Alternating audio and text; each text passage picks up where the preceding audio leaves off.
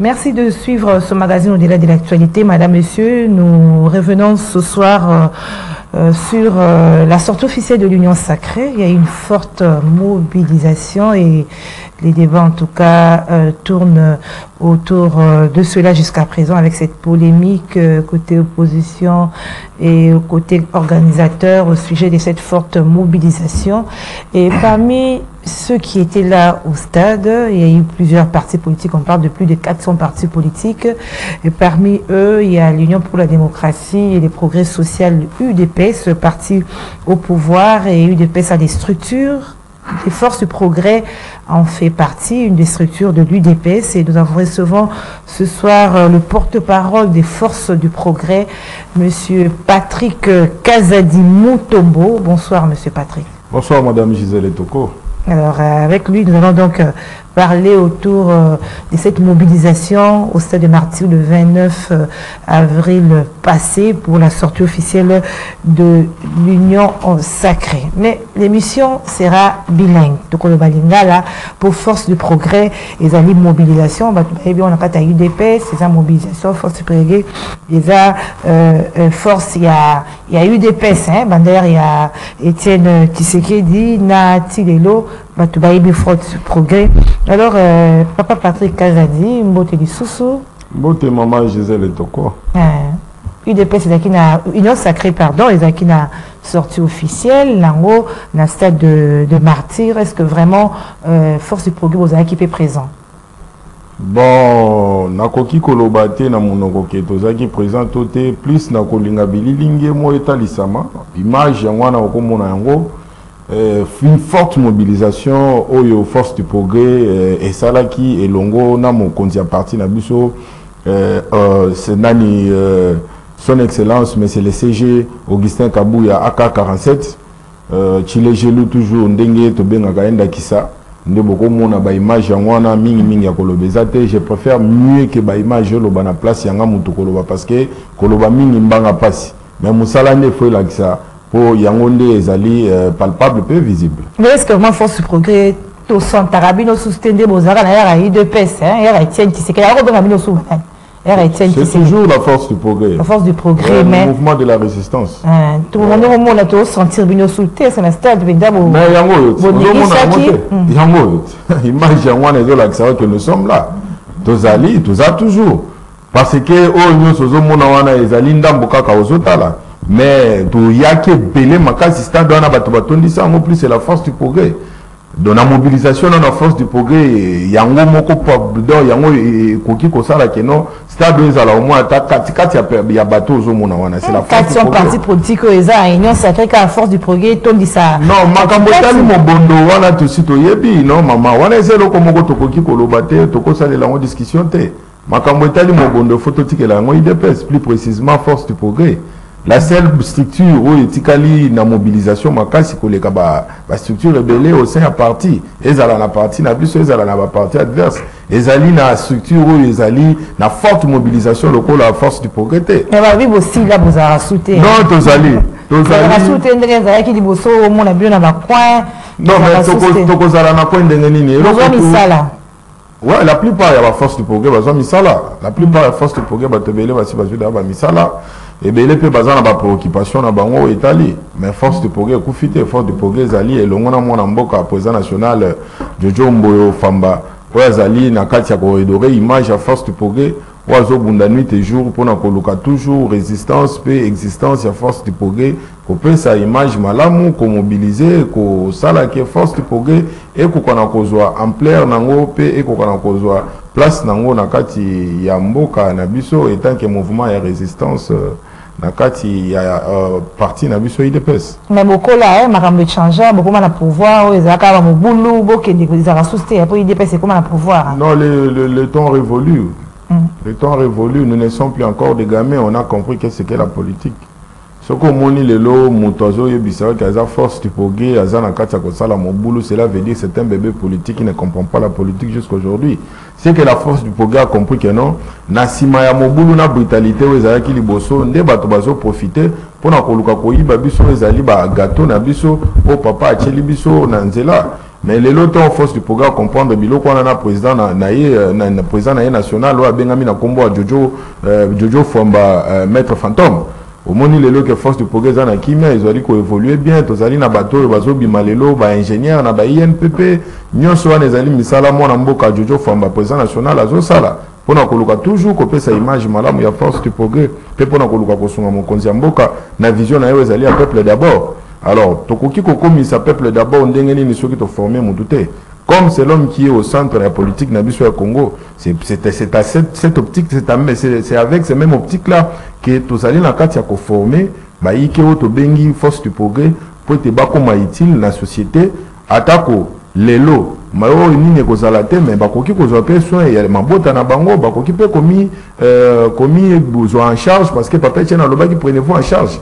Yangwana ozomona lelo mona mboka Jojo Fomba wazali président national la force du progrès azali na kati ya qualité que non ba imboka ya force du progrès ou bien ba parti ya force du progrès basa la former na basa la ba carolaire ba ingénieur informaticien basa la boye machin na kwa lo ba image komona ba auto zo brevet dernièrement ba bozu ba formation on s'est retrouvé quand même dans pouvoir hein parce que vous UDPS c'est un pouvoir koloba que to se retrouver ou bien to boy ko se retrouver te na kozala ingrat parce que na kati na biso ezali na baoyo lelo CG na bolingo na ye pe na lit na ya azosala apesi quand même moins ndambo ya bato déjà musala vous comprenez tokolo bateke bato nyonso fo bakende musala poto luka to bimisaka oh non CG azokipe parti te ou bien azokipe bayi parti te non Tony Magamuto atana moi biloko amiki azosala les gens qui sont na ba finance bazawa puis grâce toujours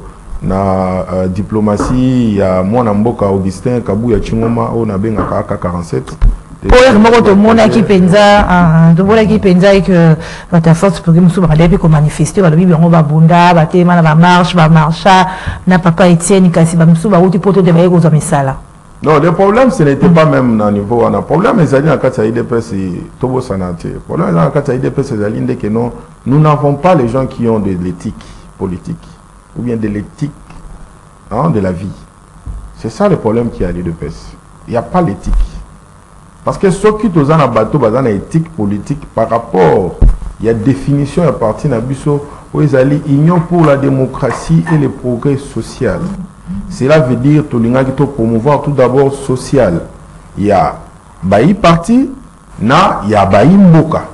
Mais ebele oyo bazali na kati ya parti ou bien ebele bazali ko travailler na mwana mboka Augustin Kabuya bazali bato oyo bazo sepela na au pouvoir ezo pesa mais bazali bato oyo bazali na posate ya ko battre la pouvoir ndenge définition au pouvoir et lobby. C'est ça le problème qu'on a.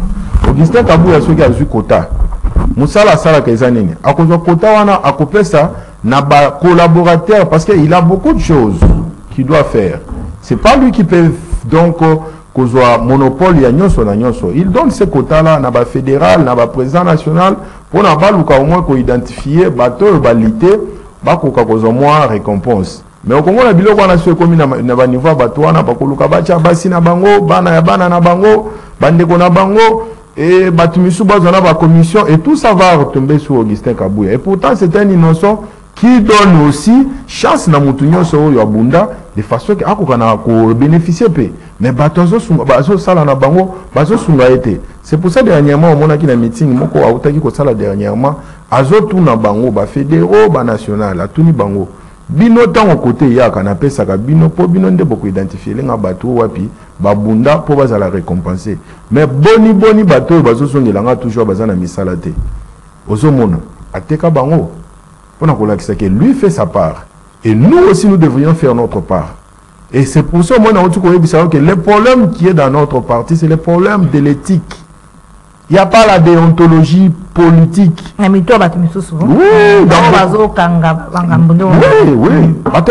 Éthique politique.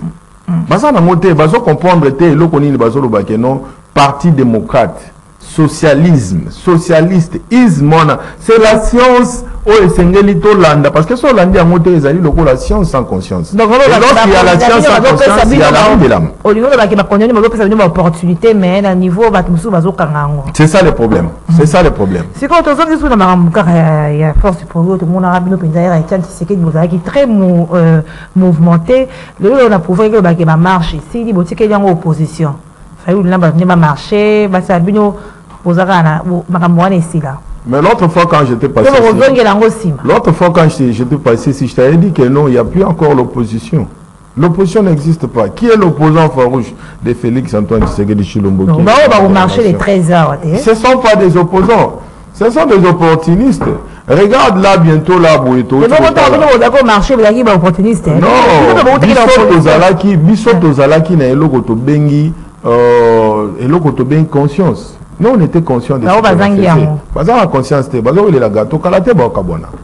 Vous allez voir ba kabona. Ndo moni bango wana surtout azana katika to njango yo.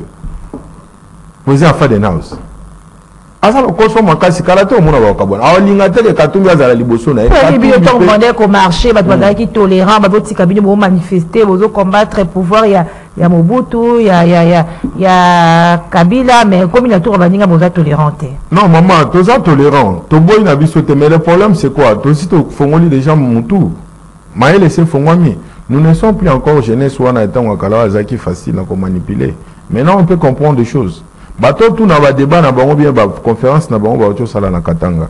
Oyoki nani azali plus que basé sur Bamakambozo les Kana Est. Mboka na biso ils ont menacé. Bazolu Gaba Boto la biso parti à Est. Kagame a l'obaki dernièrement, il était clair, il a dit que non, la RDC, Bazon quitte Ndambo Kanaye. C'est pour ça qu'il réclame quitter Ndambo Kanaye. Nabango Nyonso.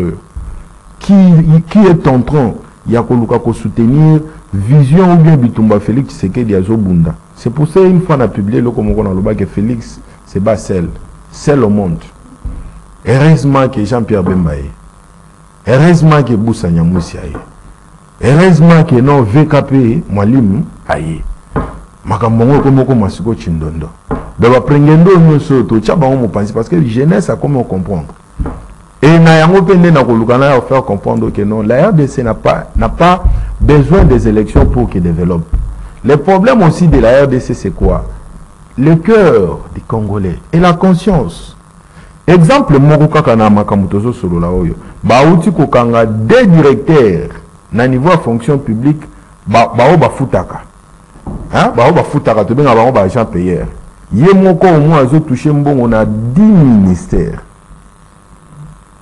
Et mbongo wana soki évalué yango et cause à la peu près si je ne me trompe pas ba 13 millions de dollars comme ça où ils allaient na kacha go échapper na caisse publique ba tu sais 2 ceux qui 5 boye so pe nombre na tangi faisait la 15 boye bazoli ya mbongo wana ezokende na ba poche ya bato mais kaka na makambozolo bana marche ba bazolo ka basala pona ko bundisa Félix Tshisekedi okoloka muto kolobela biloko wana ko sala marche pona ko dénoncer biloko wana terre mais ceux qui ba kangi bato basali biloko wana vous allez voir nous les ressortissants de Bandundu, nous les ressortissants de Bayaka, nous les ressortissants de Popo Kabaka, nous de Katanga, nous de Kasai.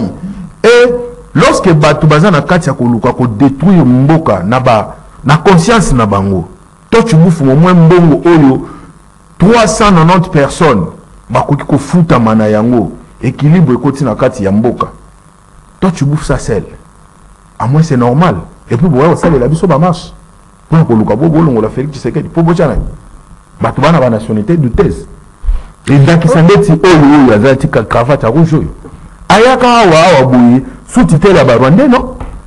Maintenant, Mobutu ayaka wa se représenter le représentant à Rwandais, n'est-ce pas?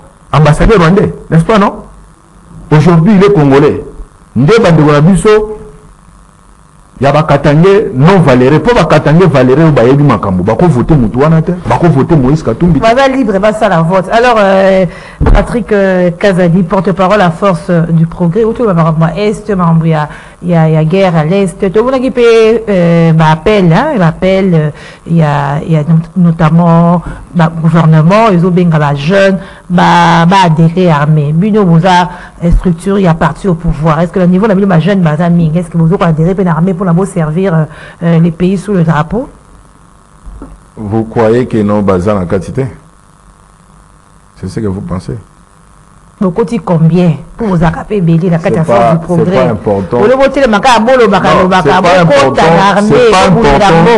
C'est pas important que n'a dévoilé nombre il y a force du progrès au Yobaki armée, mais je te dis qu'il y a millième de personnes au Yobaki. Mon sous tellement que soldats ceux qui à côté de l'armée à sous na makamba famille mais que ba am na bango et se reposer un peu ba tomber dans champ de bataille. Donc il y a la force du progrès au côté des armées à ça peine à front on a zobunda déjà. Donc appel wana bino mona ba tu ya parti au pouvoir pour répondre à qui na. Mais bilanga ya liboso bandaka na ndako. Je profite aussi en passant pour saluer mon colonel Tabou, commandant secrétaire chef de l'État. Place Azali, mbote na yo pe courage na musala zo sala pona koloka toujours ba combattant bazala quand même na moi ba occupation parce que occupation de esala ka mobali. Donc merci beaucoup en passant. Donc vous allez penza bo dera ebele bino na force vous pouvez nous apporter parole là-bas. Ouais, il y a beaucoup de gens qui sont partis là-bas. Il y a beaucoup de gens. On a beaucoup vraiment il y a baï parti oyo basangaja qui corps et âme Nambela oyo mokonzi apesaki mokonzi mboka tata Félix Antoine Tshisekedi Tshilombo apesaki pona batu bakota armée to bandaki wana na ndako baza wana bazobunda déjà misusu baza na kati ko za formé. OK, Patrick Kazadi porte-parole, il y a force de progrès, il y a structure, il y a UDPS autre force de progrès avec la démonstration tant il y a Feu Etienne Tshisekedi autour de tout à l'heure là que jeunesse est colis et que vous avez son attente et vous la manipuler pour la marche et tout mais bon le cas pour la besoin d'un pouvoir UDPS un pouvoir bien sûr qu'il est là tu éviter l'élection mais pour peso il y a peut-être que beaucoup de sous-souté est-ce que vous avez la balabala té beaucoup de gens la manifestation vous avez la marche té jeunesse soit en conscience jeunesse soit conscient hein politique aux les kalelo na monde auto monde y a ba Poutine y a ba Pyongyang y a ba président y a Chine na aux les kalelo France aux ils ont kende na ko comme fragiliser aux comme moumba ba africain kalaté to ko ko salaire y a ko perdre Félix Antoine Tshisekedi parce que c'est un cadeau du ciel, c'est une bénédiction pour nous le peuple. Il peut demeurer là. Non, mais vous dites ça qui Mobutu pour la 32 ans. Vous dites ça qui Mobutu, on n'en disconvient pas. Mais les problèmes, qu'on analyse, les problèmes qu'on a ici en RDC ou bien en Afrique, ce n'est pas les problèmes, il y a pas élection ou bien il y a pas changement, il y a pas tout. Mais c'est le problème de changement de mentalité. Nous devrions avoir des leaders qui ont tout d'abord l'amour de ces pays. On a compris en Félix, il y a l'amour de changer les choses. Il y a avant d'assez qu'on a c'est quoi. Avant d'assez qu'on a c'est quoi. Il faut avant d'assez qu'on a c'est côté mais topé ça y na no temps pour te achana no makamuna. Mibeko ezali. Mibeko ezali. Mutu faut tikala boye. Mibeko ezali maki so na Belgique so na France. Il faut que ça peut mibeko na biso ba africain na kati ya Congo. Baba ni la constitution. Oui. Wa bona ba idée ma. C'est très important parce que constitution ezali taillée sous mesure par les belligérant. Voilà. Donc voilà, vous avez idée ma bé, hein? Non, idée zali ma bé, idée zali malamu. Dans ce pays, nous devrions quand même vivre dans la dictature. Oh. Sans la dictature, chez République démocratique du Congo. Non, il faut toujours en Azaïr. Oh. La démocratie engendre beaucoup de bêtises. Je te jure. Ce qui nous doit être mbongo ya l'état, bazu na stade boye, bakene na stade, bazu ma babani ba mabanga. Basangisi population ya monde entier tala mutu ayibi mbongo na bino bosa la ne obolingi babomi mutu wana mususu ayibi babomi est-ce sire que muibe continuer mais tala batu bayeli biso démocratie exemple passant batu bayeli biso démocratie Allemagne États-Unis ezo yebisa biso que non pour biso na bango to travailler na parallélogramme moko il fallait tondima mwasi na mwasi babala na mobali babala na mwana zo mama na yakoma moi si naé moi na 10 ans comme la whisky ti na classe moi na 10 ans ko passer rapport batu ba élection démocratie est-ce pas bango wana alors à quoi sert bon ya kolanda ka batu bazana immoralité ya niveau wana bolanda ka philosophie na bango et pourtant avant bango baye ba l'acceptation démocratie na bango biso to sito yeba ke non ndenge za boye moi no ko mona nzoto mama na hote Moi, c'est Abatoko Simba était. Mais pas na bango basolo babilo quoi c'est important, il faut tout travailler na bango na conférence na conférence. Et ce sont les gens au biso photo banda golanda. Ah madame. Dites-nous. Patrick Kazadi, porte-parole, il y a Force du Progrès. Tout le monde qui dans le du peuple pour la télémé là, nani proposition mon député mon avec ça la pour la makambo. Il y a Roliambois. Donc là qui est belé kuna. Et là qui dit n'a pas qui piloté va parler du peuple. Oui. Ah non, wana ezali ba rumeur. Il y a toujours sa image, il y a bicolo, il y a structure. Donc c'est un peu ça, mais c'est pas qu'il y a eu les gens qui sont partis. Tout le monde qui va monter, madame, est-ce que vous comprenez que non, bateau bisoto vota pour balobela mboko bien balobela kabiso bazali na bagarance d'idée. Et maintenant vous comprenez que Félix Tshisekedi, le président de la République, le garant de la nation, a raison, il y a qu'on changer, que ça la réforme. Il y a un législateur, voilà. Il faut. Les gens n'ont pas des idées où il faut débattre pour changer l'actualité ou bien la conjoncture du pays. Mais vous amenez les débats, il y a au niveau Assemblée nationale. Et puis vous trouvez ça normal. Et vous allez nous dire que ces gens-là qui viennent encore nous diriger. Non. Non. Les élections amènent des bêtises. Amènent toujours des bêtises. Ils ont de l'argent. Lorsqu'ils vont venir corrompre tout ça, machin, ils vont passer, n'est-ce pas, pour commencer à débattre quelle loi. Pays qui mangue à couper l'eau, bobo, qui mangue, bachayena batono, kakapona ke non, yonanga ito za la libre pour n'amboko. Les lots commis na liberté, bapakola mafuta wana, oh baso contrôler biso, oh le lot Félix Tshisekedi azo bunda ke non, tout ça la sous contrôler pas bapayawana te. Boso la biso sous baloinga na oh non makamokolia mboa. Et ce golia nyama ezali et pexama na mna kati ya Bible. Yebi sanga la passage biblique ne pexami ke non motokolia mboa te. Mais soko ke na makamolo de père et de mère. Na Bible ezali okozo mokonzi oyo akouta obe na ndako na bino na kati ya libota na bino nde bokotia na mutu ya mboka.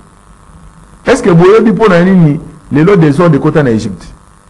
Lelo bazo présenter bino ba égyptien mundele. Ezati ya babiloko ba bêtise wana. Mais l'Égypte c'est pour le noir.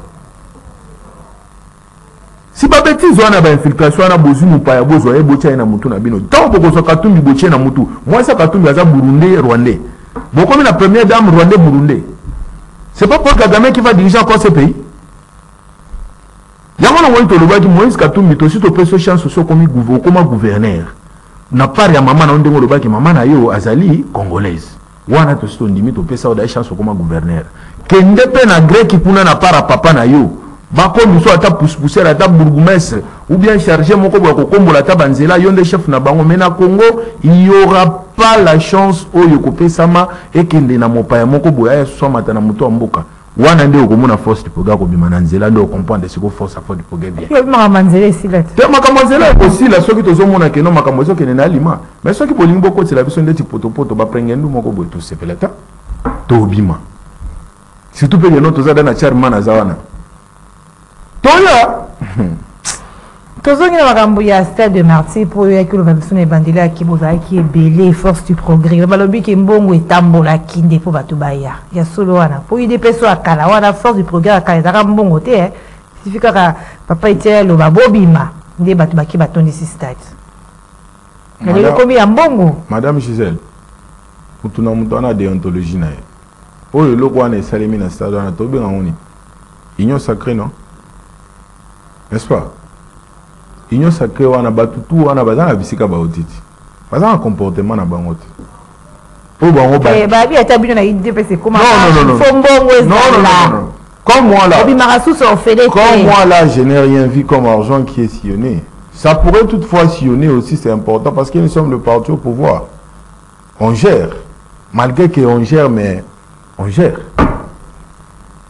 Donc barobima ofele wana ici là. Non, ekoki ozala ou bien ekoki kozala te, mais ça dépend, il y a éducation à partie na partie.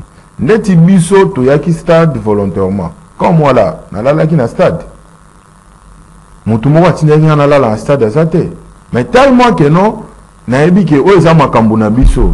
Nalalaki na kati ya stade. Naye kozonga so na ba 16 heures fatigué. Et pour l'amour, il y a philosophie na biso, il y a histoire politique na biso. J'étais censé être là jusqu'à ce que makambo ne kosi là. Tu vois, il y avait personne qui avait donné l'argent.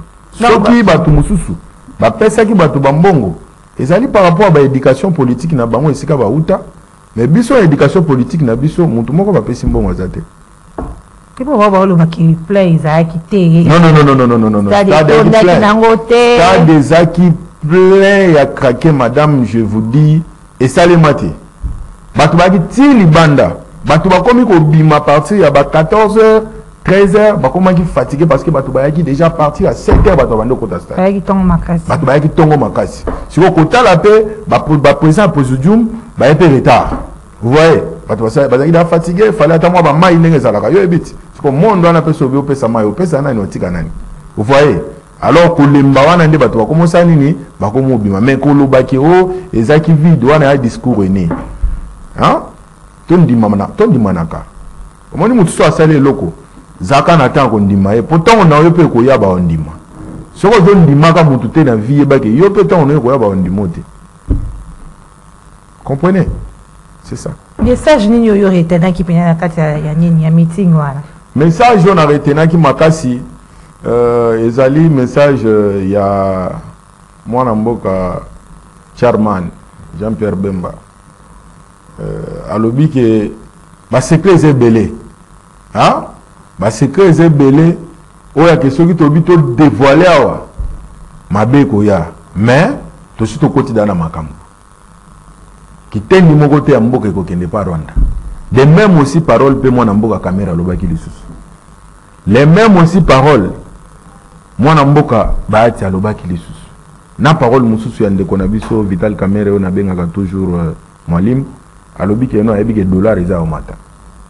Mais Mosala papa Félix Antoine Tshisekedi Tshilombo le garant de la nation Fachi Beto Mukantombolo mo ma wakaninda mwana omuhala ngwasa quand kulo kwa ngatangwa se du lolo kumwaka jai nyoso ka kombola oui donc après ça ki ba musala ya ke baluka moyen ba tenir augmentation ya nini ya dollar baluka ba stabiliser économie guerre na est et ko kana kozala moins apaisé par rapport ya maîtrise au bango bazana ngona mabele wana mwana mboka Jean-Pierre Bemba na mwana mboka Mbusa Nyamwisi parce que Mbusa pena kuna na est wana azana maîtrise azape na bateau ya yebi bien que mutu boye pour maîtriser côté wana ezana ngo facile. Le problème c'est quoi que notre personne biso kaka Félix Antoine Tshisekedi Tshilombo temps makambo belé ko bon wana to lukate to lia biloko moto parce que eziki saka monoko mais soki to 8 ans ya ko pese temps ndenga zo bunda na ndenga zo kendele na makambo to comme Angleterre ou bien to comme Allemagne ndenge moko lobaki ya Afrique. Et bon, il y a pour les bandits déjà. Mais tout le monde déjà na souka ya mandat. Est-ce que penza makambo ko sala makambo ko changer na moi temps mokyo etika? Bon, mandat n'andimité sili hein. Mais l'élection est la 23 de oui, décembre 2023. Bah élection est à la thème. Félix Azana nous hein. Félix Azana nous. Et puis ça Félix Azana nous. Parce que ce que l'élection est salami. Ce qu'elle est quittée, c'est lié. Naya Golegate. Naya Golegate. Assurance, soit les Outiwapi. Vous êtes trop sûr. Je suis trop sûr parce que pronostic et pour la Kisabiso déjà que non, il n'y a personne qui se gagner à Félix na minute. Il y a bien ça en détinage. Pour avoir la confiance à Makambo Brosala. Oui, Makambo Tokosala, tu as la confiance na campagne na biso par rapport au père Misala, tu as la confiance par rapport que tu as des pères et des mères. Ils allaient mboka na biso, il y a des Congolais. Bateau tout on a boché la biso liboso, tout le monde il y a rien. Nous on a du pétrole et du gaz. On a la population congolaise qui est derrière nous, qui nous soutient et qui soutient leurs frères. Il y a limité 10e riz. Faire na bango bakinois pour biso ba villageois mais wana za camarade ya bakinois et pas na bango ya na 10e mais pas na bango parce que batu nyoso ko présenter nga wana et pas na bango za tu vois C'est là où il y a le problème. Hein? Donc Félix, les Canaillés, ils ont déjà, on a tout au beau sana. Nabilan Nini. Nabilan, largement positif. Kakato à dollar Nicolo. Non, maman, toi à dollar. Maman qui n'a pas de kitunga na mboko. Yango na lobby, maman. Et donc moko toujours linga kobo sana kate madame. Dollar comme matanango, ezali Félix muto causer yango ta. Bozo bosana ke ba bailleur de fonds est belé, hein? Oyebi, ba bailleur de fonds est belé ba to ba gérer financement. Et là ki ba tuna biso yanga mbona. Alors tant ba mona ke non ba ko coincer bango na bandenge moko boye, ba sandene. Ba luka pe ba ndo sa biloko mo ba to ba mona ke ah Félix ça c'est le côté. Vous comprendre? Ça aussi il faut penser sur cela. Au moins par exemple, na lukana kata na mukuse un exemple na opesa. Félix Tshisekedi ko au pouvoir ka au pouvoir. Mbala moko Covid. Crise économique. Covid économique. Crise économique. Félix Tshisekedi na pouvoir mbala moko guerre na est. Vous savez on biloko na tuana. Tous ces aspects-là est occupé comme manigancer augmentation p ko manigancer vie sociale. Il y a moka. Il faut voir tout cela. Bozo bosana yango, bozo talaka ki o biloko mati mais bozo bosana to na guerre, to uti na Covid. Tout ça, ce sont des aspects. Merci Patrick Azadi, Moutombo, porte-parole, il y a Force du Progrès, il y a une structure, il y a UDPS, au Tukoloba qui est sortie officielle, il y a Union Sacrée, UDPS doit faire partie, il y a qui vraiment réussi en termes, il y a mobilisation, mais les 13 orbés, t'as bien, hein? Les 13 de position, par la force, bon, les 13 ceux qui vont tambola les 13 ceux qui vont tambola batambolela taba babikota ba maluku batambolela na ba taba bikote ya bansele po bazo marcher pour nani mutu na ba marcher pour nani pour Félix azo bundaki mboka ekende na maboko ba paete bituma Félix azo bunda yango nati bosco ba marcher leni balo ngole na pouvoir. Est-ce que dans la minute où Mboka est menacé, guerre il fallait bango basala ou bien marche il fallait bango basala. Et ça marche à koluka ko bengana Félix ou bien eza qui marche ya koluka ko soutenir Félix parce que balobi que non la force de la fraternité c'est l'unité. Le pays est menacé. Le pays est menacé. Et tant que peuple congolais, et tant que de pères et de mères, qu'est-ce qu'il fallait faire? Il fallait s'unir derrière le visionnaire pour protéger l'entité territoriale. Et vous marchez pourquoi? Et nous les Congolais, on vous regarde. Hein? Et ça la marche, vous voulez les soldats, les Congolais, les population congolaise. Nous tous Félix a dégagé. Papa, vous pouvez s'espacer. Non,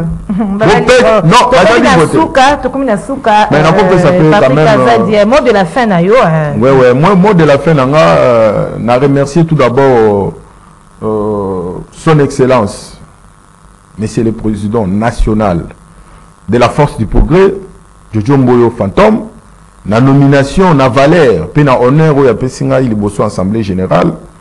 Liboso, il y a monde entier, puis Liboso, il y a Mboka Mobimba, pour la étant que porte-parole nationale, il y a Force du Progrès, confiance ou ana, bapé saka moutonyo sauté, bapé saka obé, moutoyo azo mérité. Merci pour la méritocratie, où il y a la kisinga qui est non, moussala na sala quand même, je peux être récompensé un jour.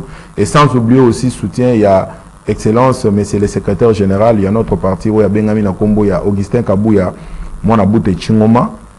Na koki pe ko lekisa malobate ceux qui na koki ko saluer peut être deux personnes mususu oyo basala gena le kana émission na wale kaboye leti DG ya Sensap DG Mata muto apesa nga conseil ayesanga toujours lobela parti ata lelo za na elo côté mais lobela ka parti ata mwa biloko amike to kotala ndenge to kosala muto asali pe na leka lelo na émission ndenge na leki boye DG Mata yayo yango wana na pesi sumbote na directeur ya CNSS Kolozi oya Benjamin na kombo ya Alain Sekimoni mon vieux propre na pesi bango tumbote na DG ya CNSS o ya biso ya awa Kombo naye Moubiaï, na PCP Mbote. Alors on a PC famille na Ngape Mbote, force du programme entier, IDPS, na salut bango, et na sengi pe na Nzamba battre la Félix Tshisekedi a battre la Mwasi naye, Maman Denise Nyakero, Oto Bengi na Kombo ya moi Chika. Na Maman Denise, en tout cas, Yasuka Yangwana. Merci. Maman Gisèle Merci beaucoup. Merci Nayope. Merci. On dit qu'il y a un plateau à Visso. Ouais. Merci beaucoup. Patrick Azadimou Tombo, porte-parole à Force du Progrès, une structure de l'Union pour la démocratie et le progrès social. C'est la fin de ce magazine au-delà de l'actualité. Merci, au revoir. Merci beaucoup.